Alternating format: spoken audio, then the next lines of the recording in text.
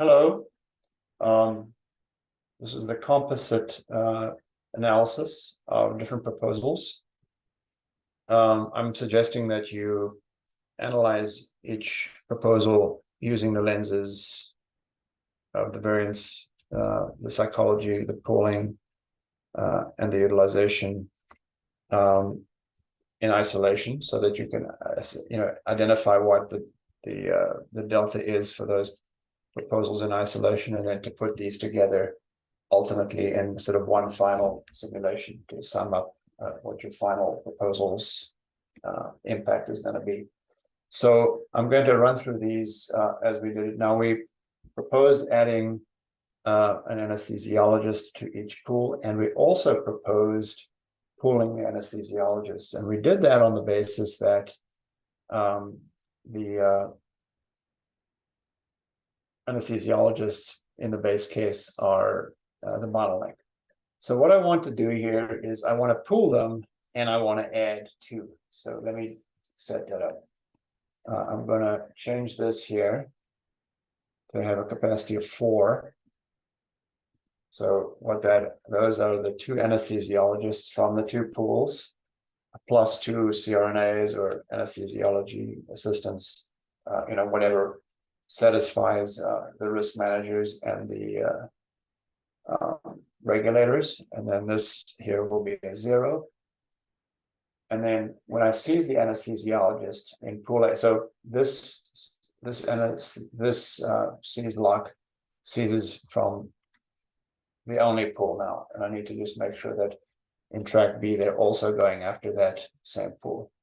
And when we release them, we're going to release back to A. Okay, this one here is fine. Set up to A originally. Okay, so the only changes: zeroed out the anesthesiology pros B, put 4 in here, so that is the pooling move, and then because there are 4 here, there are 2 additional pros in the pool. So that's implementing both the pooling idea as well as looking to adjust the utilization. For the capacity management, the psychology, we agreed that we were going to slow down the arrival rate here, inter-arrival time, to, let's say, 105 minutes. Now, again, you'd have to experiment with this to see what gives you the best results, and one that maybe is a little lower than what the flow times are. You don't want to starve your surgery of patients. Remember that these distributions are stochastic, probabilistic. So saying that the inter-arrival time mean is 105 doesn't mean that you get 105 every time, right? There's going to be variability. Sometimes it's going to be lower, sometimes higher, and you want to be careful not to have the pros, the OR, the anesthesiologists and the surgeons hanging around looking for a patient to serve.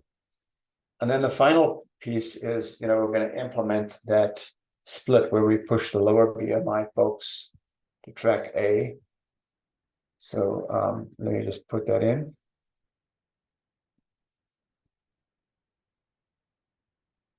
So it was 9762 and comma 6.7789. And on track B, it's the higher BMI folks, and their average 103.8 with a standard deviation of 13.41. Okay, so I think I've got it all in. Let's run this. And again, you're going to have to likely do at least 3 simulations here. At least demonstrate what a reasonably rigorous analysis would look like. 570. And we're going to say go. All right, so I got 5 surgeries in both tracks, 1, 2, 3, 4, 5. The range here is pretty impressive, 104 or so up to 112. So a very, very low flow time, 108, right? And this one's very consistent. Notice this first one is faster, so you may want to back off the 105. You can experiment with that. I think these last couple are starting to get up to 120, which is considerably higher than what you're seeing in track A, but certainly, the average flow time here is a whole lot better than what we saw in the base case. This is zeroed out. There are no pros in that pool, so that's a good sign. And you're 54% utilized in the anesthesiology pro pool. Now, you may want to experiment going to 3 and not 4. I'll leave that for your deliberation. The bottleneck right now is, the surgeon pool, and the operating rooms are just fine. They're sort of like at 50%. So that's not wholly in proceedings up. It's really about the surgeons, and the surgeons are working pretty much all day. So, what would be next year? Still looking to get that 6th surgery. And it may be that by introducing robotics or maybe some lean proposals around standardization, training, and so forth, that you may find some evidence that you can lower those. I'm referring to literature now, or reports from experienced professionals, that you can come in under the surgery times or some of the other processing times that are present in the simulation.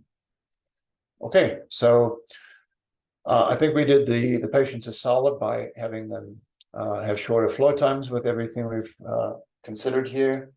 The only thing that's really cost money in this whole proposal has been the addition of the anesthesiology pros. Slowing the scheduling down, that's just a simple administrative item that is essentially zero cost. Pooling the anesthesiology pros is again just a administrative move, and partitioning the patients to tracks A and B by BMI.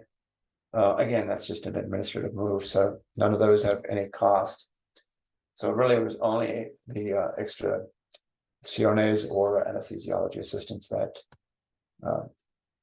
make a cost difference. Hope you enjoyed this case, and looking forward to seeing what you come up with.